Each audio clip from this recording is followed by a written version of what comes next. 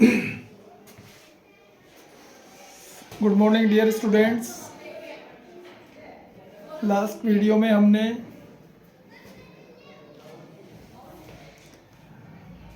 अवतल दर्पण द्वारा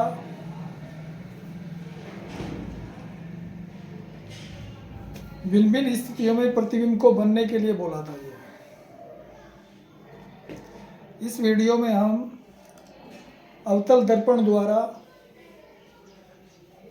भिन्न भिन्न स्थितियों में प्रतिबिंब कैसे बनता है इस पर डिस्कस करेंगे। तो डियर स्टूडेंट्स,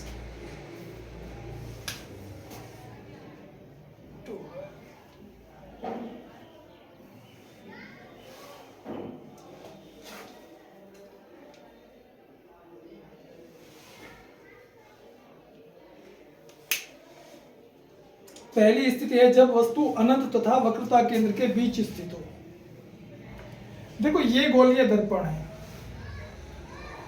आपको पता है गोलीय दर्पण क्या होता है? कांच के खोखले गोले का कटा हुआ भाग होता है।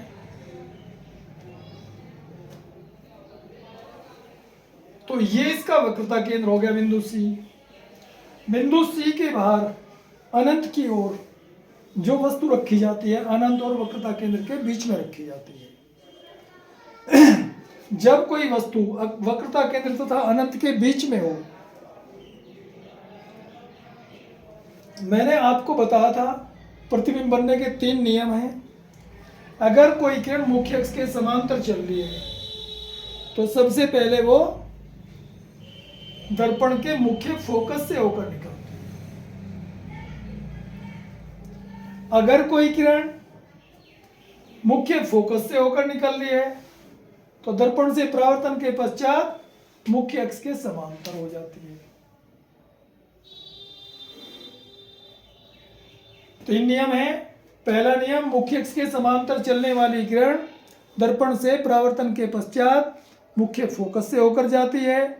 दूसरा नियम, मुख्य फोकस से होकर जाने वाली किरण दर्पण से परावर्तन के पश्चात मुख्य अक्ष के समांतर हो जाती है। तीसरा नियम, वक्रता केंद्र से होकर जाने वाली किरण दर्पण से परावर्तन के पश्चात अपने ही मार्ग से वापस लौट जाती है। तो ये एक किरण मुख्य अक्ष के समांतर चलती है, दर्पण से परावर्तन के पश्चात मुख्य फोकस से होकर जाती है। दूसरी किरण मुख्य फोकस से होकर जा रही है, दर्पण से परावर्तन के पश्चात मुख्य अक्ष के समांतर हो जाती है। तो देखो आप, प्रतिबिंब छोटा बनता है और फोकस तथा वक्रता केंद्र के बीच में बनता है।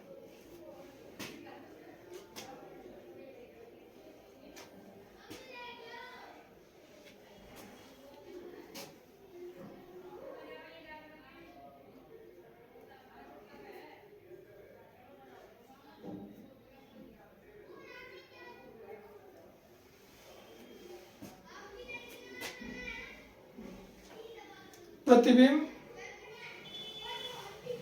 चित्र को दोबारा बना दें।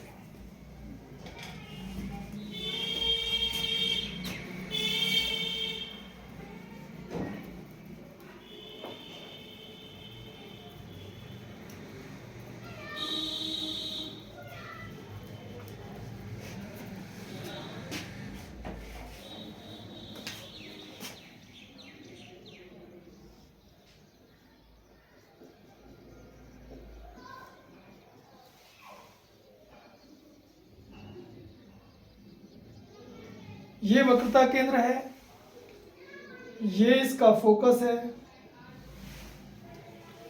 यहां कोई वस्तु रखी है तो एक किरण तो मुख्य अक्ष के समांतर चलती है और दर्पण से परावर्तन के पश्चात मुख्य फोकस से होकर चली जाती है। दूसरी किरण वक्रता केंद्र को जाती है और दर्पण से परावर्तन के पश्चात अपने ही मार्ग से वापस लौट जाती है। ये दोनों किरणें एक दूसरे को फोकस तथा वक्रता केंद्र के बीच काटती हैं। तो प्रतिबिंब कैसे बनेगा?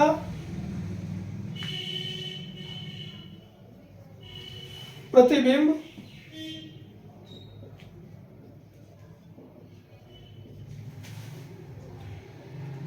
वक्रता केंद्र तथा फोकस के बीच में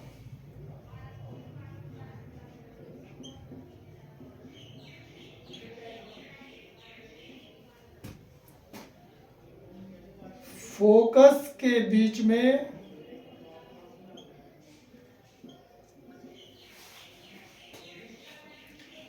उल्टा जो प्रतिबिंब दर्पण के सामने बनते हैं वो हमेशा वास्तविक होते हैं। उल्टा कोमा वास्तविक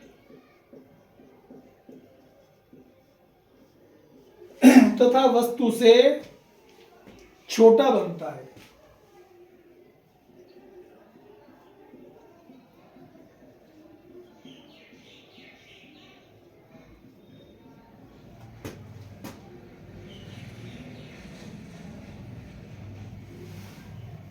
सेकंड कंडीशन, जब वस्तु वक्रता केंद्र पर हो।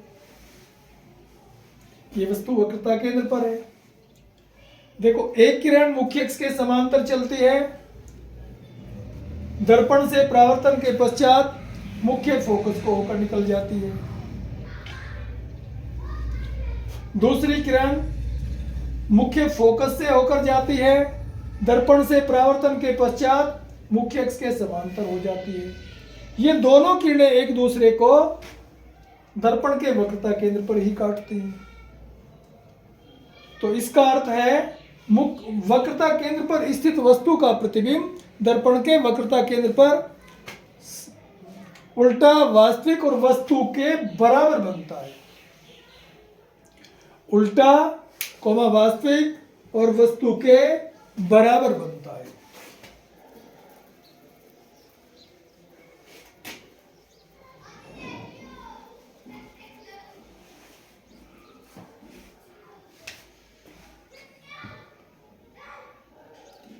प्रतिबिंब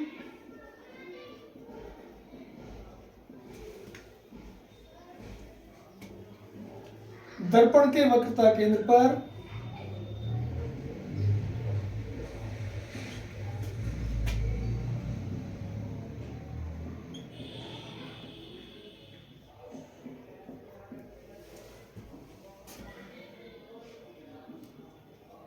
उल्टा वास्तविक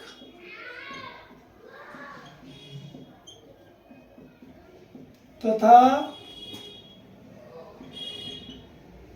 वस्तु के बराबर बनता है।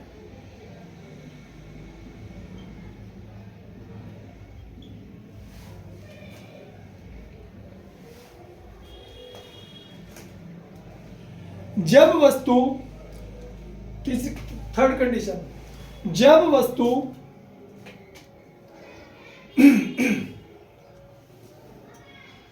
देखो, वस्तु पहले वक्रता केंद्र तथा अनंत के बीच थी। सेकंड कंडीशन, वस्तु को हम और आगे ले गए, वक्रता केंद्र पर आ गई।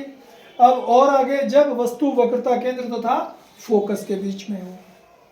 तो एक किरण मुख्य अक्ष के समांतर चलती है, दर्पण से परावर्तन के पश्चात मुख्य फोकस से होकर निकल जाती है।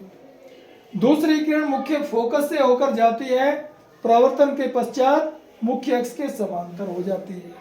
ये दोनों किरणें एक दूसरे को वक्रता केंद्र से आगे अनंत की ओर, वक्रता केंद्र तथा अनंत के बीच में काटती हैं।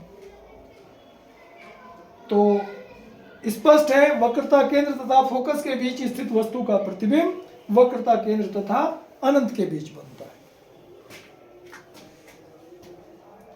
प्रतिबिंब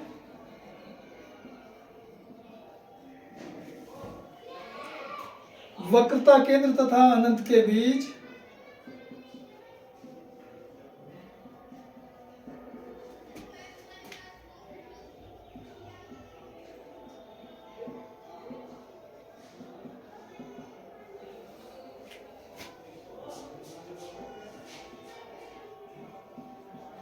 उल्टा कोमा वास्तविक तथा वस्तु से बड़ा बनता है।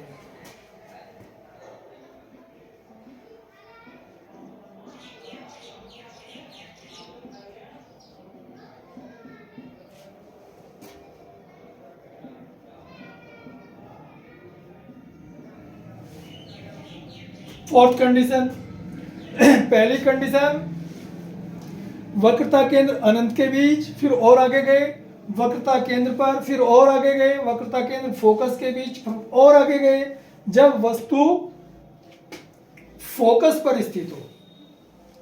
ये वक्रता केंद्र है, ये इसका फोकस है, फोकस पर स्थित हो, ये भी वस्तु है कोई। तो एक किरण मुख्य अक्ष के समांतर चलती है और दर्पण से परावर्तन के पश्चात मुख्य फोकस से होकर निकल जाती है। दूसरी किरण वक्रता केंद्र से चलती है और परावर्तन के पश्चात अपने ही मार्ग से वापस लौट जाती है।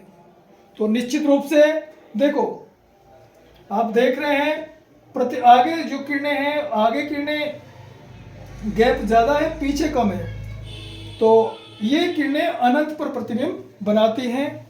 ये इससे स्पष्ट होता है, प्रतिबिंब अनंत पर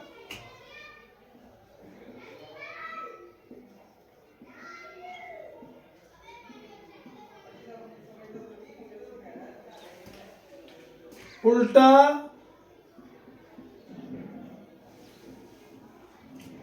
कोमा वास्तविक तथा वस्तु से बड़ा बनता है।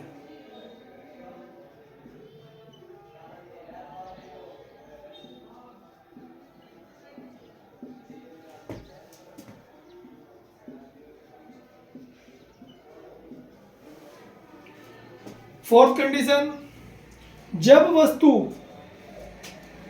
फोकस तथा ध्रुव के बीच में हो। देखो ये फोकस है इसका दर्पण का और ये इसका ध्रुव है, इसके बीच में है यहाँ ए बी। एक किरण मुख्य अक्ष के समांतर चलती है और दर्पण से परावर्तन के पश्चात मुख्य फोकस से होकर निकल जाती है। दूसरी किरण वक्रता केंद्र से चलती है और परावर्तन के पश्चात अपने ही मार्ग से वापस लौट आती है। तो देखो दोनों किरणें, अगर हम पीछे को बढ़ते हैं तो गैप बहुत बढ़ता जा रहा है, आगे को बढ़ते हैं तो गैप मिलने ही वाला है। तो ये किरणें दर्पण के पीछे कहीं एक दूसरे को काटते हैं, ऐसा प्रतीत होता है। इसलिए इस स्थिति में प्रतिबिंब आभासी बनेगा, इमेजिनरी बनेगा, काल्पनिक बनेगा।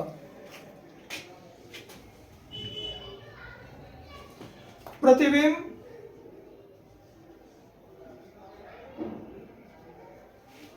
दर्पण के पीछे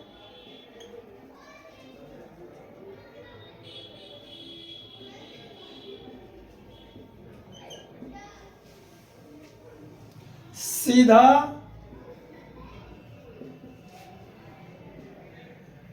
कोमा आभासी तथा वस्तु से बड़ा बनता है।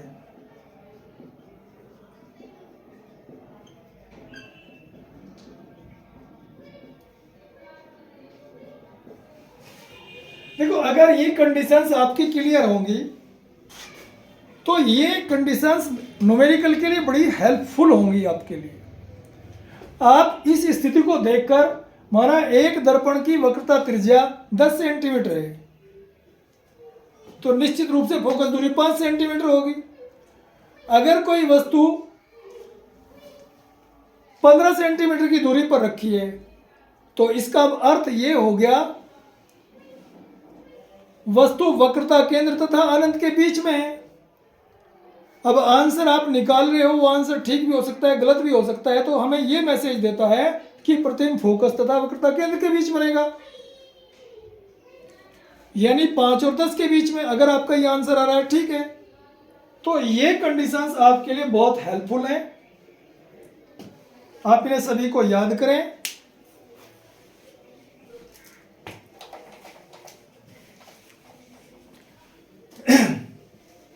इसके बाद में दर्पण से संबंधित गोलीय, ये उत्तल दर्पण से संबंधित जो 1-2 कंडीशंस और रह रही है वो बताऊंगा, और उत्तल दर्पण द्वारा प्रतिबिंब का बनना बताऊंगा।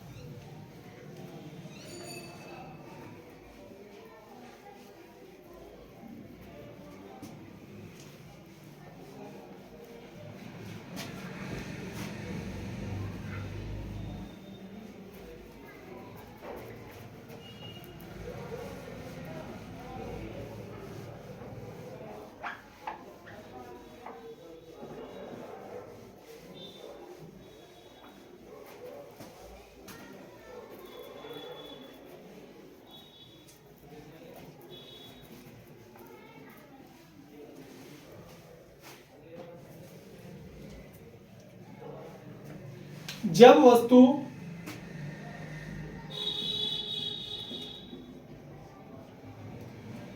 अनंत पर स्थित हो।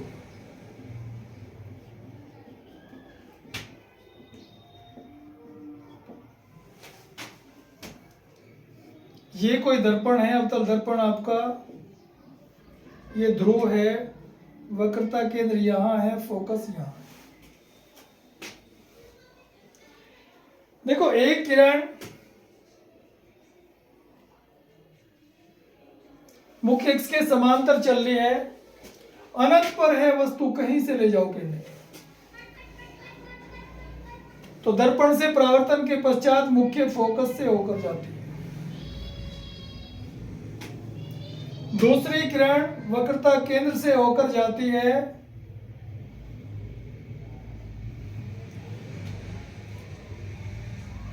और परावर्तन के पश्चात अपने ही मार्ग से वापस लौट आती है। ये दोनों किरणें एक दूसरे को फोकस पर काटती है। तो अनंत पर स्थित वस्तु का प्रतिबिंब अवतल दर्पण के फोकस पर वस्तु से छोटा या बिंदुवत बनता है। प्रतिबिंब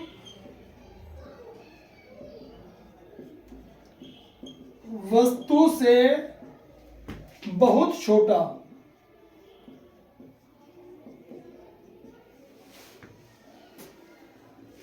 उल्टा तथा वास्तविक बनता है।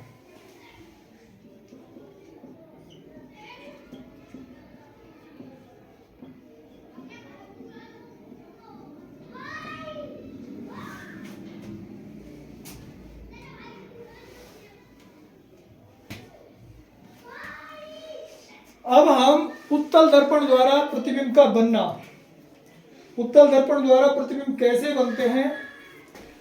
देखो ये तो इसमें मेरे ख्याल में 5-6 कंडीशन, ये 6 कंडीशन थी उत्तल दर्पण द्वारा प्रतिबिंब का बनना।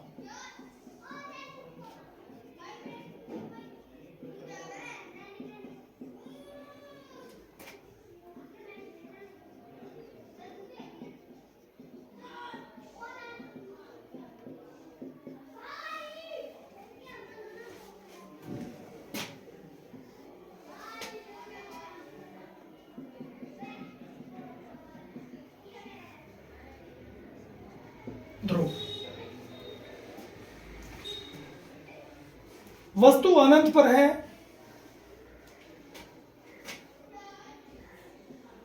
ये वक्रता केंद्र हो गया इसका, सॉरी ये इसका वक्रता केंद्र यहां बनाओ, ये इसका फोकस हो। तो देखो रूल ये है प्रतिबिंब बनने के लिए, अगर कोई किरण प्रकाश फोकस की ओर जाती है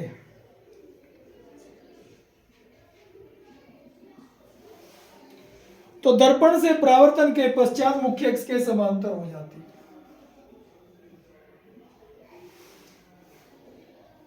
है। एक किरण मुख्य अक्ष के समांतर चलती है, नो ये नहीं चलेगा। एक किरण वक्रता केंद्र की ओर जाती है,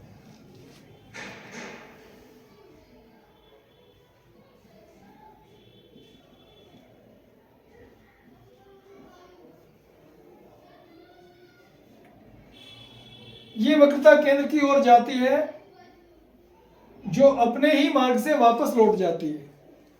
ये दोनों किरणें एक दूसरे को दर्पण के ध्रुव तथा फोकस के बीच में काटती है।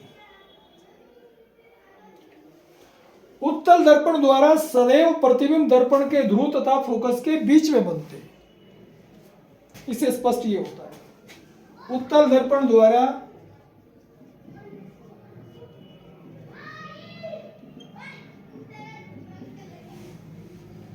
चित्र थोड़ा गंदा हो गया, मैं दोबारा स्पष्ट कर रहा हूं।